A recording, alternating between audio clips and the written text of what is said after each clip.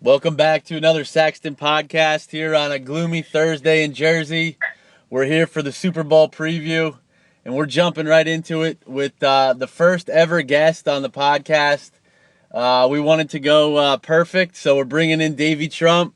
Deuce is on the line as well. Welcome, gentlemen. Thanks for having me. I'm honored to be the first guest. We wouldn't want it any other way. There's got to be a lot of jitters on your side of the phone right now, I think.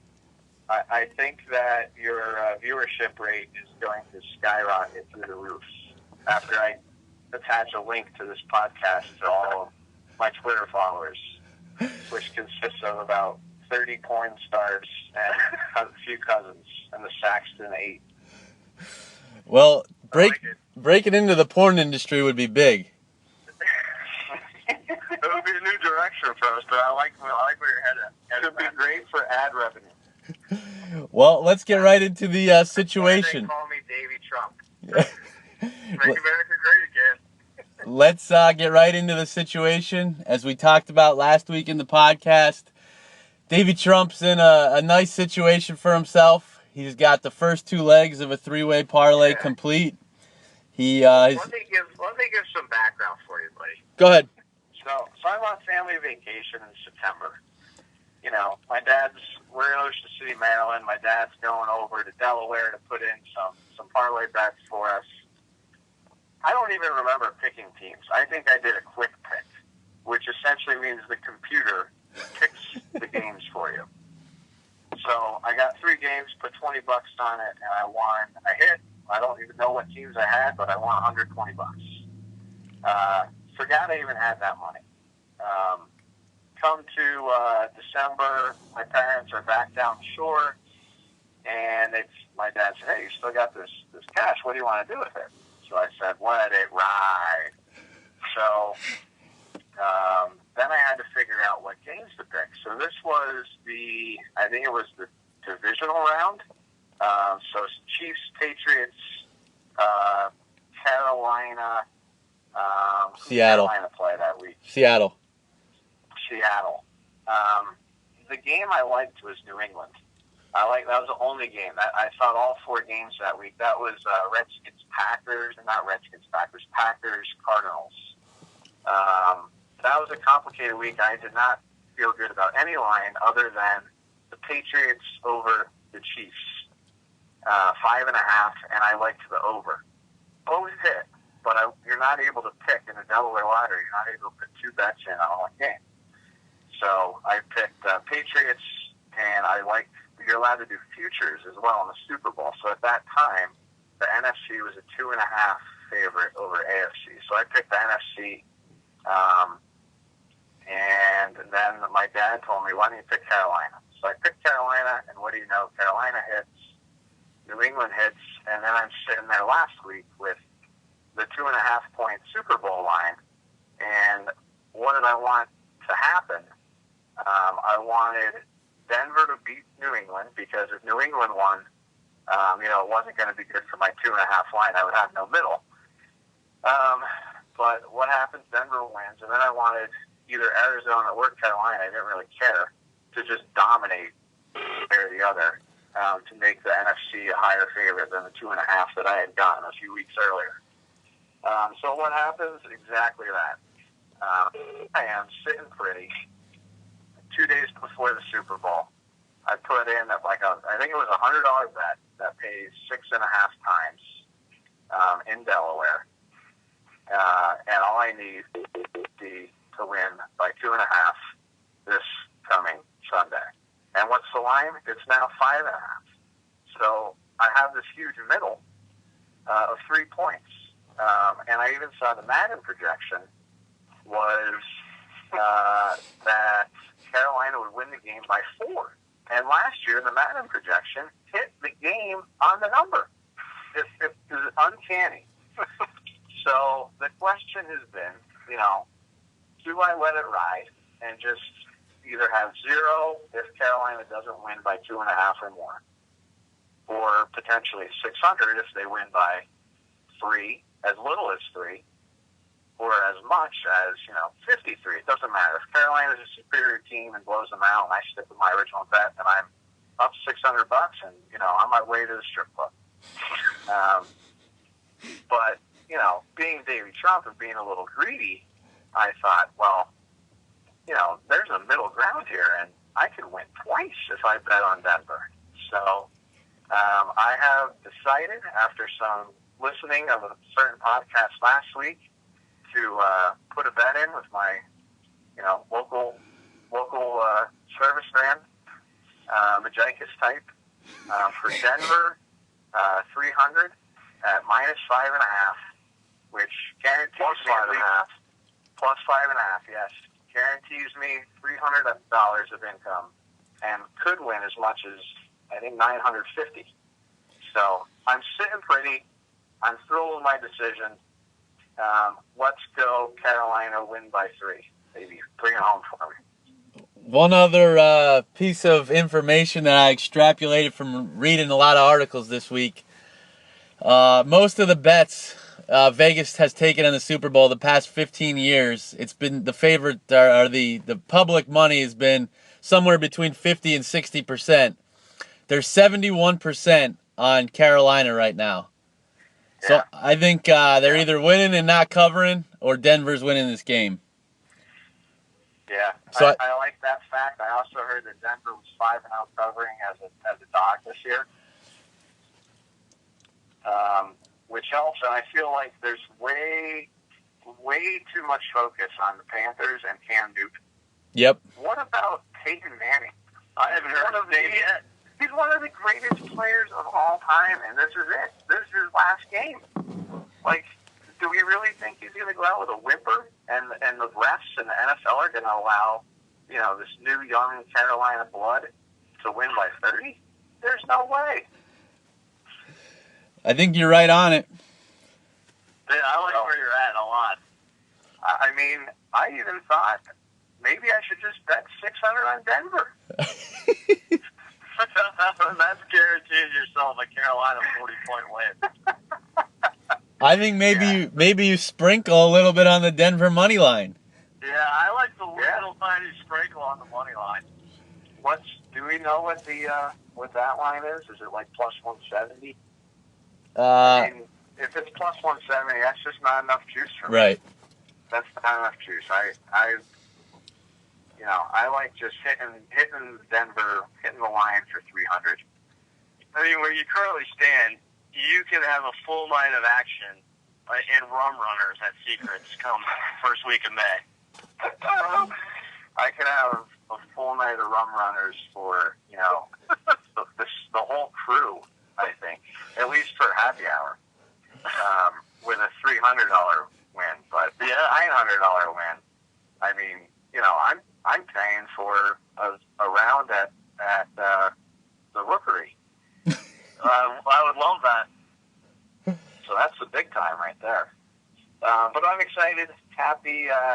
It couldn't have worked out better last week. Like, if New England won and Carolina won, I think maybe it would have been a pick-em, or maybe New England -1. Like, the public loves New England, and I'd be sitting there needing NFC to win by 2.5. So I wouldn't have been in as good a spot. But with Denver winning, no one has faith that Peyton Manning could throw the ball more than 10 yards down the field. And everyone thinks that the Carolina Panthers are the second coming of the '85 Bears. It lined up perfectly for me. The line was up as high as 6 this week. It's gone down a bit. I think it seems to be holding steady. I hate Joe Public. I love to go against Joe Public. Vegas always wins, and so does Davey Trump. They don't have hotels in Vegas because of Joe Public, or because of Davey Trump types. Exactly. So, honored to be invited. I love the analysis. Thank you, boys, for your recommendations last week. I'll think about the money line. Let me look at that a little bit and see if I want to sprinkle 100 on the money line and 200 on the on Denver cover. Every dollar helps, I guess. Well, hopefully it's 20-17 Carolina. That would be great. Do you guys have? I don't want to ruin your mojo, but I have to hop off. But do you have gut picks on your Super Bowl pick, or is that coming at the end of the podcast? I'm leaning Denver. I want to hear what Deuce has to say before I make it official for myself. I think that that's actually a field goal game as well. I moved off Carolina a little bit after reading some things about matchups. I kind of like Denver on the last-second field goal. By Temple Products, Brandon McManus from I like McManus 23, Carolina 21. Wow. I think there's some weaknesses in Carolina's defense that no one's really talking about. Who's going to stop Cam Newton? He's unstoppable. Cam Newton. Denver's defense is really good. They're really good at, they looked really good last week, playing devil's advocate. They looked really good last week playing against Johnny Miller was playing right guard for New England last week. I mean, Bishop Hope in 2001 could have got pressure on Brady against the offensive line. I think it's going to be a little different. I think Carolina has some odds in there. I agree. We brought this up last week. I think Denver's defense is more built to stop a passing team than they are Carolina. But I'm not sure if Peyton Manning doesn't die in this game. I think he's got a chance to make some plays, like you said. Yeah. All right, boys. I'm going to get going and let you guys do your thing. Go Thanks make for some. having me. Honored to Great be the story. first guest. Go make some money in the market. Wish me luck. Good luck. Thanks, buddy. All right. Thanks for coming on. I'll be in touch. All right, buddy. So there you have it, Davey Trump with his decision. So we'll root for the middle for him. Deuce and I are going to delve into the game a little more. Give me some stats that you have come across or some feels that you've come across this week that stand out to you. Well, I was listening to the radio 2 mornings ago, and they had a bunch of players lined up coming on. I can't remember who it was, but he was an ex D end, and he is concerned about Denver's offensive line holding up. But if they can somehow find a way to keep Manning upright, especially up the middle, he does not see a person on Carolina without a blitz that can get pressure on the quarterback around the edge. All of their pressure comes up the middle. So if Denver can see that on tape and somehow jam the middle up, I know Manning doesn't like to get off his spot, but I think there's a huge advantage on the outside for Denver with Thomas and Sanders against those corners. Do you think Carolina will put Norman on Thomas? I was reading about that as well. He does not follow a particular receiver. I'm not sure what they're going to disguise or what they're going to play. I assume they're going to play a zone. And I'm assuming that he'll just stay on one side of the field. So I think it is the onus is on Kubiak to move Sanders and Thomas around. Maybe stick them on the same side of the field if they go 3 or 4 wide, and stick 2 of their lesser receivers, Latimer and maybe tight end on Norman's side of the field, and just basically take him out of the game and let Sanders and Thomas work against the other corners from Carolina. I know we've said this a million times this year. I think C.J. Henderson or Ronnie Hillman, whichever gets more run, can have a really, really good game on the edge or out of the backfield catching balls. Because I think Kuechly is going to try to stay with Owen Daniels, if I had to guess. Not to digress, we'll get right back into what you're talking about, but can you believe that Gary Kubiak is coaching a Super Bowl game? No, it is a little unbelievable, but, and 5 years ago we would have never said this, Wade Phillips might be the better coach in that situation. That defense has won them games in the playoffs, so I think if you have great coordinators, it shows you that your head coach can have some faults and you can still make it places. Tremendous point. Thomas Davis, I think his injury is being underplayed just because he started practicing again. I totally agree. He showed up at media day yesterday without a cast. He just had a big Band-Aid on his surgical scar. So I think people are saying, oh, look, he's back. I would be shocked if he's that effective. We saw J.J. Watt with a club. we saw JPP with the club, and they were not nearly the same players they were before injuries to arms and hands. So I think you're right. I'm not sure how effective he's going to be. Yeah, as you said, getting to the outside. Well, he covers that outside, so I do think Denver could have get some positive yards on the outside, and I do think Thomas or Sanders, whoever is not being guarded by Norman, is going to have opportunity to make a play. It's just going to be up to the Denver offensive line to give Manning time to find that guy. I agree. I think you'll see a couple early bubble screens, early quick slants from Denver, and once you see that, it's just, the word is out there that Manning can't throw the ball anymore. I think you see Carolina start to cheat, and I wouldn't be shocked if Denver takes a couple shots down the field early after a couple of those bubble screens. I saw a stat that has stuck out with me that Carolina has struggled with more than 1 week, or not the traditional 1 week to prepare. So if they played on a Thursday, followed by a Sunday or a bye week or the first game of the year, they've struggled. Interesting. And then the other thing that had jumped out to me, I was listening to Jeremiah Trotter and Brian Dawkins on the radio earlier this week, and they indicated that they had a lot of trouble coming out in the second half because they didn't realize how long the halftime was going to be. A lot of players were cramping up. A lot of players got dehydrated, where on the other side, New England had been there before. I think that's a huge advantage for Denver being there before. Totally agree. The halftime show feels like it's 2 hours long. Yep. You're basically playing two games in one, or so it seems to me. So that's a really good point. What does Carolina have to do on offense to solve that Denver defense? That's an interesting one.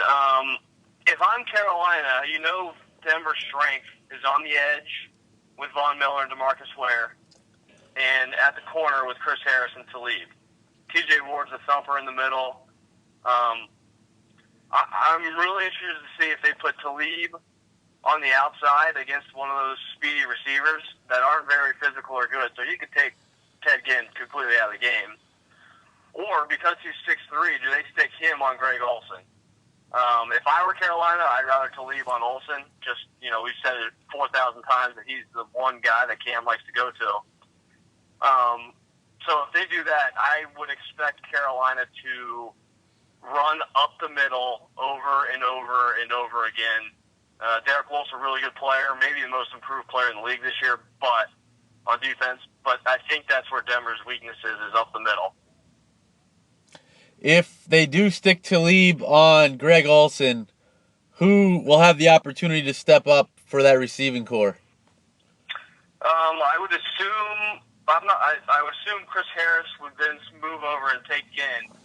I think it's those guys like Philly Brown who are a big score in the NFC title games. Guys like that are going to have to step up. And I think Cam and Jonathan Stewart, if that happens, are going to have big games themselves with their legs.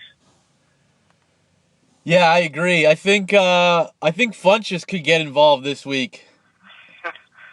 Yeah, I'll be curious to see how much he plays on a stage like this. Mental mistakes got to be at a minimum. I'll be curious to see how many snaps he really gets.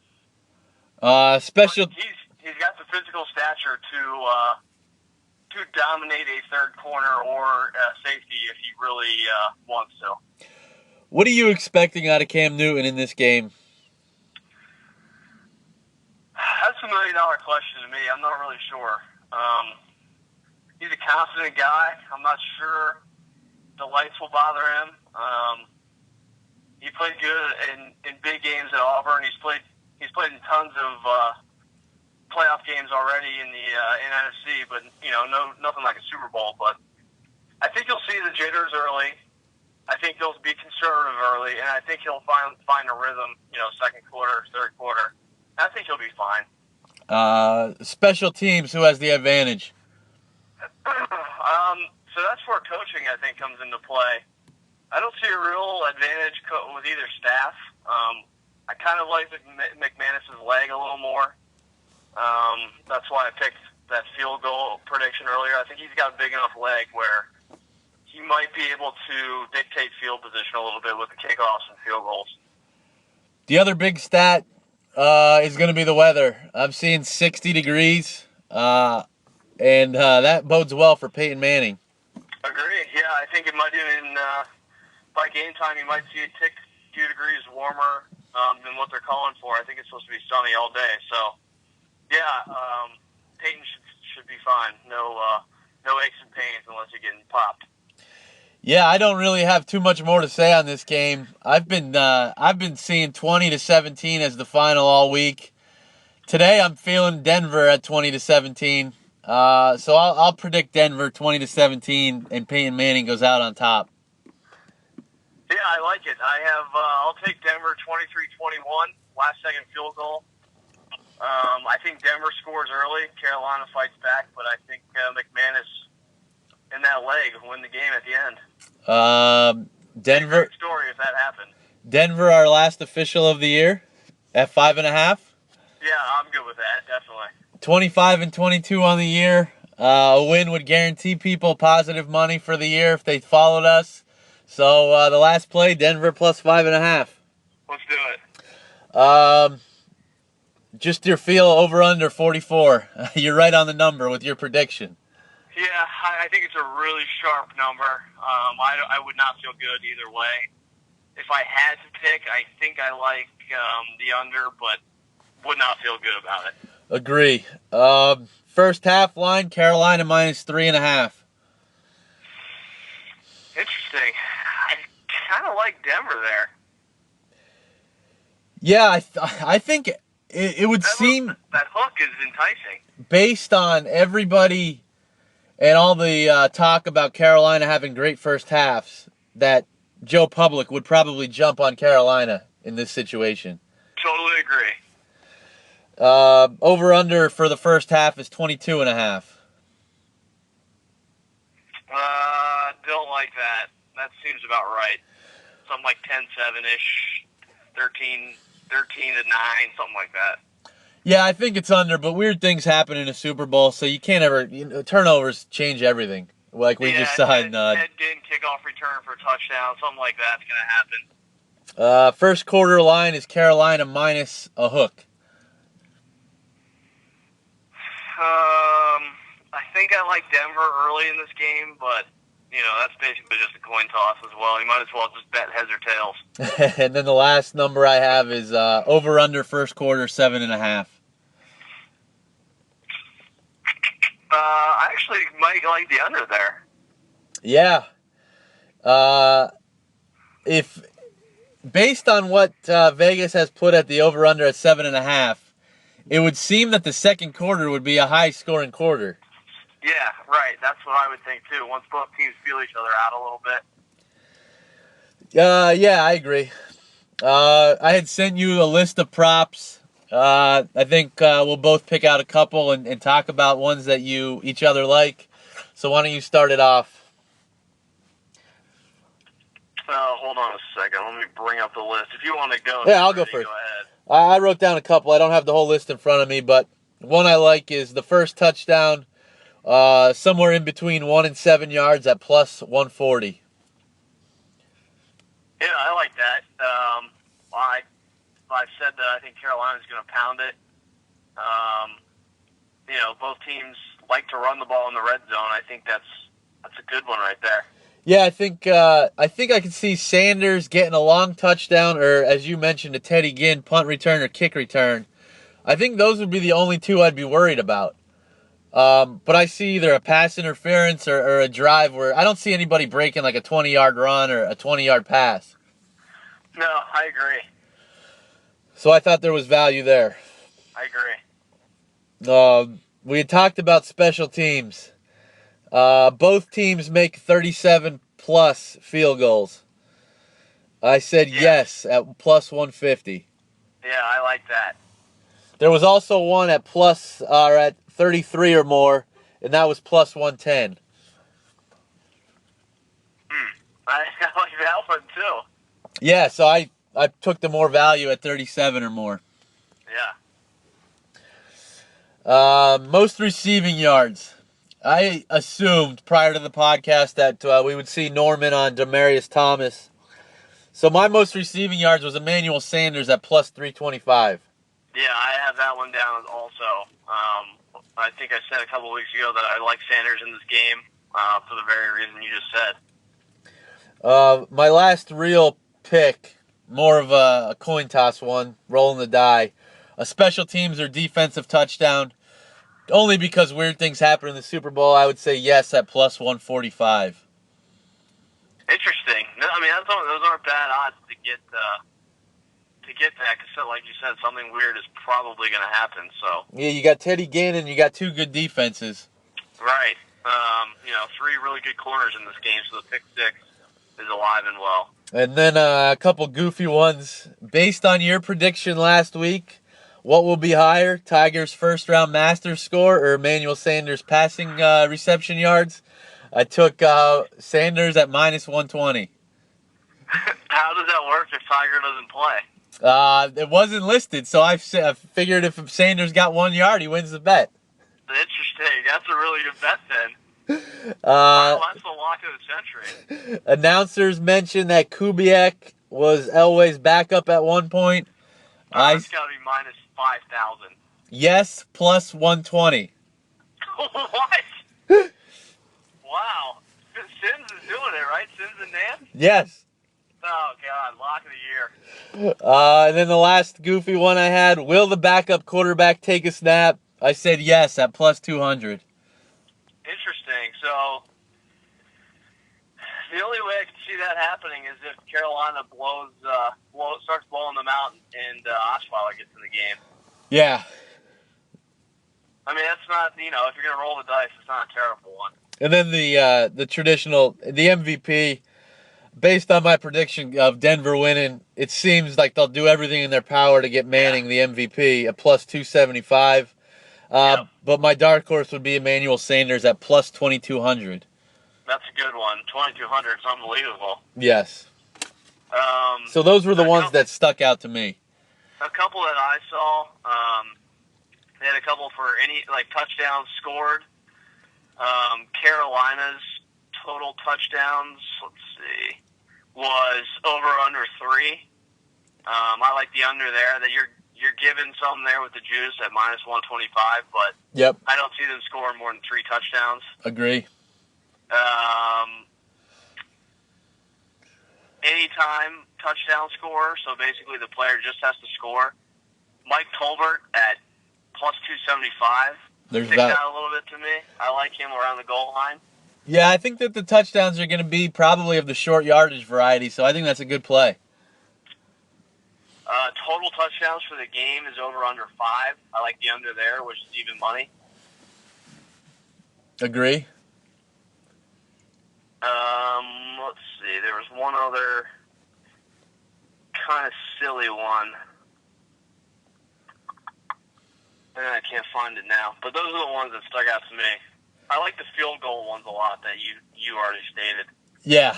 Well, I think both teams, are going to be able to move it from the 20 to the 20, but that's when I think the defenses are really going to clamp down. Yeah, both defenses have a ton of speed, especially at the linebacker position inside the red zone. That's hard to score on teams like that. Yeah. Anything else you want to mention on this game? No, that's about it. Last week in the golf preview, you said Brandt Snedeker would win last week's tournament. It took Mother Nature, but you hit it right on. Give us your waste management pick. It may have started, so somebody might have to get in-game odds, but...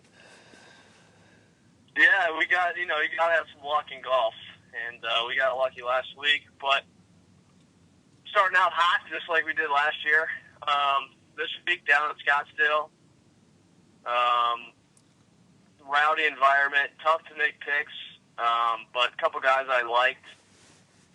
One with an asterisk. Bubba Watson was at the top. He was my first pick this week, but since then he has made some comments like Bubba usually does. That he doesn't like the course, and he's only there for his sponsors. So I think if you could find a bet that he doesn't make the cut, you take it.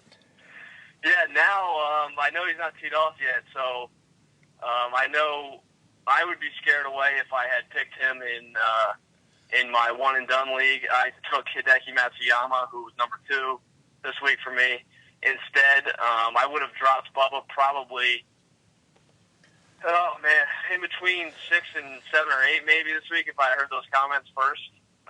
When he starts crying, he usually packs his bags and goes home. So I think you're right with that, trying to find that bet. A couple other guys. Brooks Koepka, defending champion. Brandt Snedeker, obviously. Once he gets hot, he usually stays hot. Ricky Fowler, Webb Simpson, and Phil, all included in the top 10. And currently, your leader is Ricky Fowler and Phil Mickelson tied at 5 under par currently through 14 holes. So they're hot early in the desert. So you're going with Matsuyama this week. Yes, I took Matsuyama.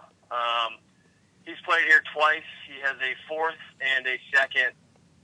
And the kid just hits tons of fairways, tons of greens.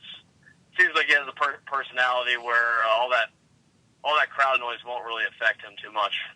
Taking away the majors, is the 16th at Scottsdale the best environment on the PGA Tour? Best environment? Probably, yeah. I mean, it's just so unique. Even 17 and 18 now there are getting to that same point. 17's a drivable par 4 with water around the green, and they have built a structure to the right side of that hole. So 16 is great. 16 is the stadium environment, but 17 is pretty underrated now for rowdiness and excitement. But yeah, I think everyone who loves golf's got to at least watch it or try to experience it once in their life. More excitement, the 16th at Scottsdale, the 17th at Sawgrass. Tough question. I think I'd actually go 16th. Yeah, it is fun to watch. I think 17 at Sawgrass is a little overblown for me. I think 18 is actually a harder hole. Yes, I agree. So, just for that reason alone. Any other golf notes you want to mention? No, just had the note about Bubba from the other day, but that was about it. West Coast swing rolling on. Pebble Beach up next week. So, good stuff coming. Quiet 41 last night for John Wall. Yeah. That was actually a fun game to watch. I thought the Wizards were going to backdoor it, but, Steph obviously at 51, he's awesome, but I don't think that's why they're so good. Their 2 through 7 guys are really hard to defend. It's ridiculous. There was 2 or 3 possessions where there's no way you could stop them the way they move the ball with the shooters they have. Yeah, they have shooters on every part of the floor. They have guys that can score around the rim. Steph is the best player in the league right now, I think. LeBron's got 4,000 billion minutes on his legs. I think he's on the decline pretty steady. But it's not just Steph being unstoppable, which he sometimes is, but if he's guarded or misses a couple shots, they just Draymond or Klay Thompson or Sean Livingston, they just have guys everywhere. Yeah, the 2 guys that just jump out at me, obviously Thompson and Curry are unbelievable, but Draymond Green and Sean Livingston off the bench is such a weapon. He's such a mismatch for almost every team in the league.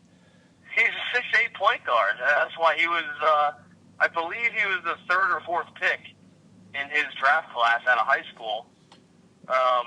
Everyone thought he was Magic Johnson before his leg basically was broken in half. I still remember sitting in your parents' basement on our senior week trip that you, me, and Coach Miller took, watching that playoff game when he blew his leg out. Oh, it was so disgusting. It's an unbelievable comeback that I don't think it's enough I agree. Publicity. I wasn't the only one. I thought his career was way over. 10 years ago. I mean, medicine and technology have advanced so much in 10 years. That injury was unheard of then. And he's not explosive anymore, but he has made himself into one of the more crafty bench players in the league.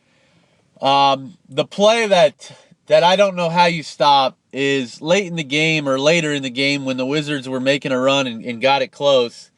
Curry and Draymond Green on the pick and roll. I think it's the best pick and roll maybe ever because both guys can shoot it from 35 feet. Yep. Now, there's been other great pick and rolls, but never the threat of that far stretching the court. And Malone could stretch it to 20, but that's about it. Yeah, there was really no threat of him driving by you like Green can. Yeah, it's just unbelievable how hard that is to stop because both guys will shoot it from 40 even. And when he gets the ball on the roll, if he gets by you and you help, it's an open three for somebody. Yeah, I was just about to say, when they do the high pick and roll and they put Clay on the wing, whoever's on the wing, if they collapse, it's over. Clay's going to make that shot 80% of the time. The other wing, you're looking at Harry Barnes. Right. Who can play? Harry Barnes is a really good player. I didn't think he was going to stick in the league, but he's very good. I agree. And he can shoot, too, from 35.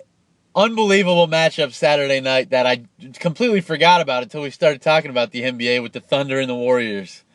Yeah. I think I can't remember if I took the Thunder or the Spurs now in our preseason podcast, but I'm going to go 7-game series.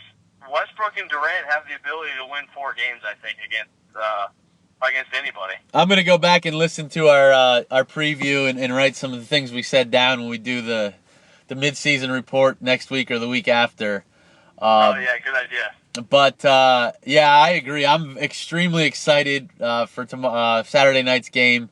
And on most nights, people are going crazy over what Russell Westbrook did last night. But when Wall goes for 41 and 10 and Curry gets 51, it's an afterthought what Westbrook did last night.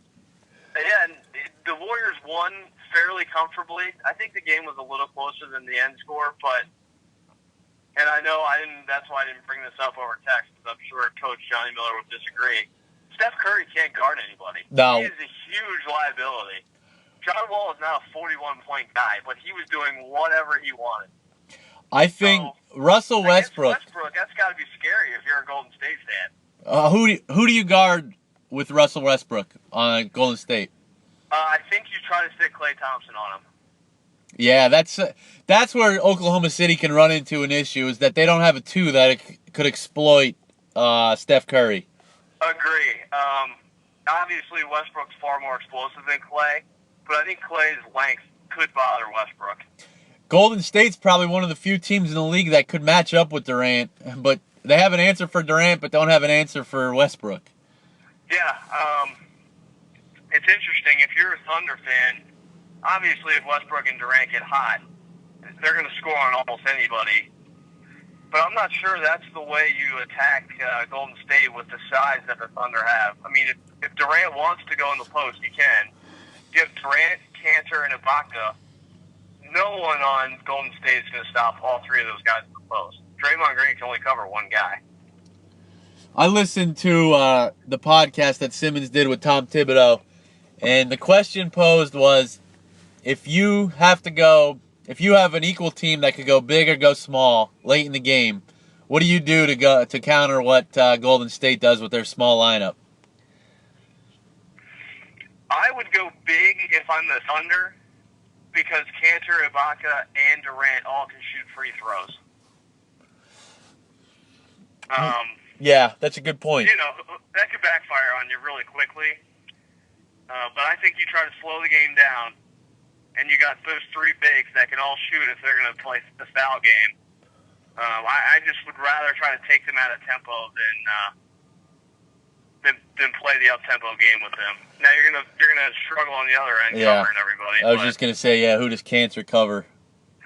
I don't know, but if they go small and both Clay and Steph are hot, you can't really do anything. Yeah, there seems to be 3 minutes every game where there's nothing you can do to counter what Golden State's doing on the floor. Yeah, if this was 15 years ago and we're playing with Kobe and Shaq, I think you can do some things, because I'm not sure how you stop Shaq from getting 65.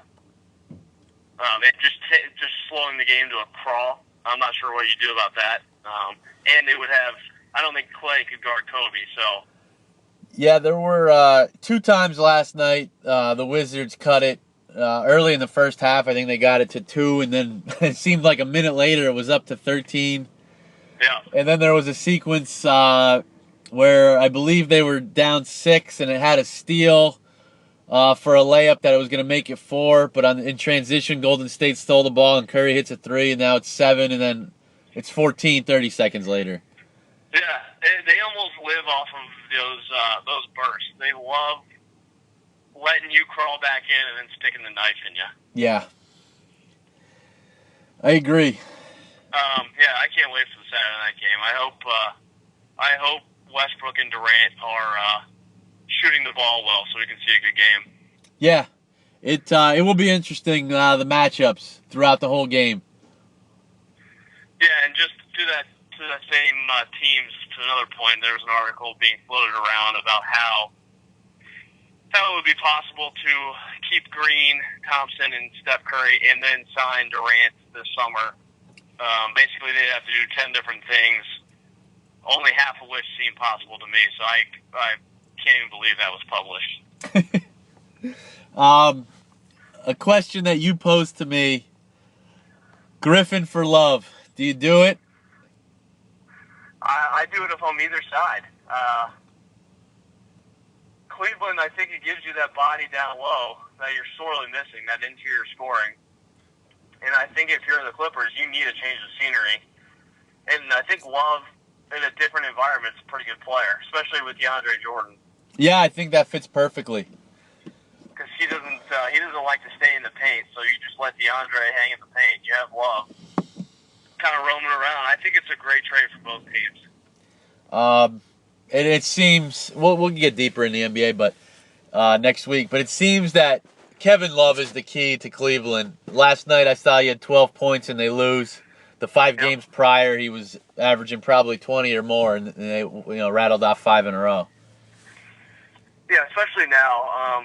I'm sure there'll be a few games where LeBron goes off this year, but I don't think he has that his body. Just 7 games in a row where he can win every game like he used to. I think you can count on him for 22 to 24 points, 7 and 7. But I think the days of him winning a 7-game series by scoring 45 every game are over. So I think that spotlight on Kyrie and Kevin Love is bright right now. I think that they're the clear-cut favorite and likely to get to the Eastern to represent the East. But as we exchange texts in the chain, I think Miami and Indiana could give them some trouble. Yeah, I think the deadline is going to loom large this year. Miami and I actually like Toronto. If they could pick up another piece, I think they could win a 7-game series against Cleveland. They're tough enough. Yeah. The issue for me for Toronto is what happens in the fourth quarter with 3 minutes to go. Who they going to get the ball to?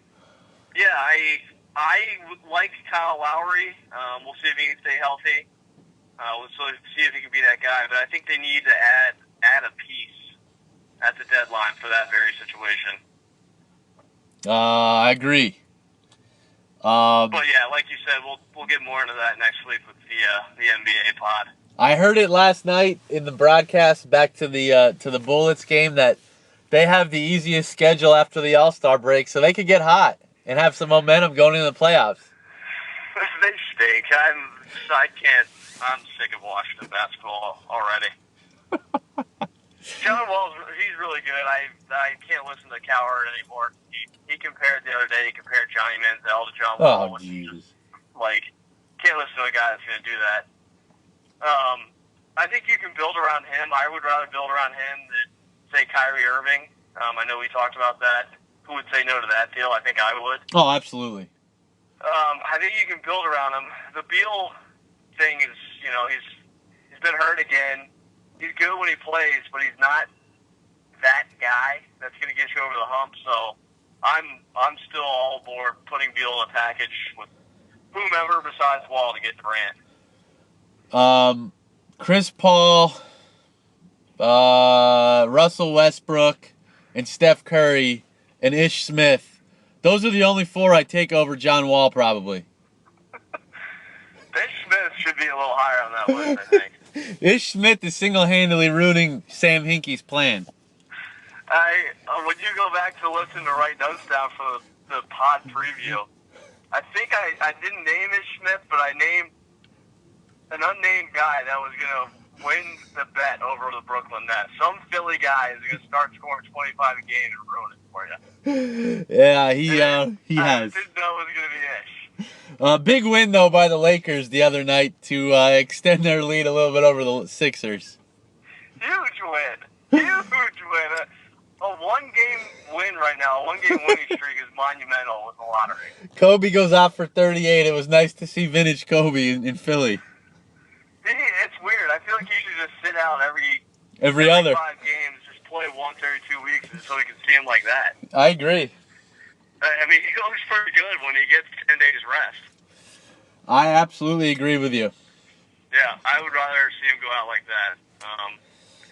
I'm glad our bet though still has legs because I think come April we're gonna be April and May we're gonna be grinding that one out. One other team to keep your eye on, which we were high on in the preview, the Detroit Pistons.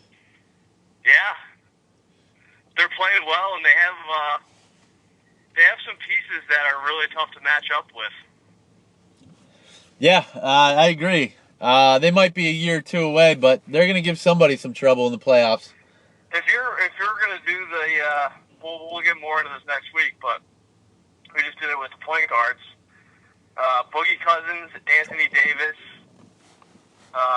then who? Is Andre Drummond right there? Dwight Howard or Andre Drummond? Drummond easily. Yeah? Porzingis or Drummond? I think it depends on your team. Yeah, I agree. You need other scorers to pick Drummond. Drummond or DeAndre Jordan? I like Drummond. He's so much younger. I don't think he's as big a liability.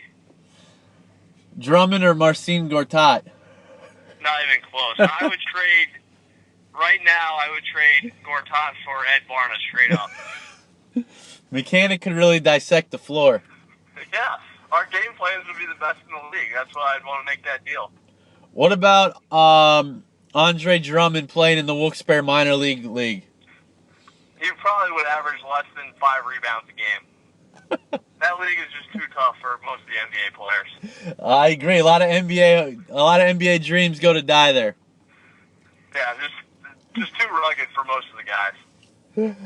Anything else you want to hit on in NBA while we're talking about it? No, I will save the rest of the NBA talk for next week. I got one lean tonight in college basketball. Texas A&M is the number 8 team in the country going to an unranked Vanderbilt. Vanderbilt is -2. Oh, I like the Commodores already. Absolutely. 70% of the money on the Aggies. That's a tough gym to play in, too. Absolutely. From what I've read, the court is above everything else, so your depth perception is thrown off. That and you got the benches under the basket. I like that a lot. Vanderbilt outright tonight. I like it. All right. Well, Denver, the official play. Davey Trump trying to middle. A lot of exciting things. Thunder, Warriors Saturday night. I got one more thing for you on the NFL. It's a totally unrelated topic. I'm sure we'll do another pod on this, but story out today that DeMarco wants out of Philly. I just thought of that as we were about to say goodbye. I saw that right before we came on. I get rid of him. Try and restructure, try and trade him, free up that $13 million. Look at the teams that are left in the playoffs. Stewart's probably the best back that was in the playoffs. Yeah, I think if you could somehow get him to restructure, I think Seattle or Dallas would bite on that. What kind of draft pick, round-wise, could he get you? Oh, boy. I think if you get his money down, I think Dallas might be willing to give up a second. Oh, I do it in a heartbeat. I drive him, I walk him, I crawl him to Dallas for a second rounder. I saw he just broke ground. He's building a new house in Dallas. That's correct. doesn't look good if you're a DeMarco fan and you live in Philly. Yeah. The only good thing DeMarco did was get Chip out of here. Yeah, that's true. But I think the new eyes are seeing Ryan Matthews and DeMarco Murray accounting for a lot of money. One quick question for you. I don't want to get too deep into it because I'm really looking forward to the Combine and NFL Draft breakdown. But your early thoughts on Carson Wentz? I won't get too deep into it like you said, but I'll make a bold prediction that he is the second quarterback off the board. Is that second quarterback off the board in the top 5? Yes, I think it happens one way or the other. Someone trading up or already in the top 5. If that happens, who's the starting quarterback in San Francisco then? I don't know. I'm not sure yet. Does Chip? I think it's gonna be Jared Goff, one way or the other. Okay. If you put me to that right now, but ask me again when we do our draft pod. Yeah, I'm looking forward to that. Yeah, that one's gonna take a little research. So that's my besides the golf stuff, that's my favorite sporting event of the year. I know that. Denver the official, Thunder Warriors, and Deki Matsuyama, and Davey Trump's middle. And the Commodores. And the Commodores tonight. Outright. Outright. Awesome job by you. Thanks to Davey Trump for joining us. Yeah, great guest spot. Great hosting by you today. All right, you have a good one. You too, bud. See ya.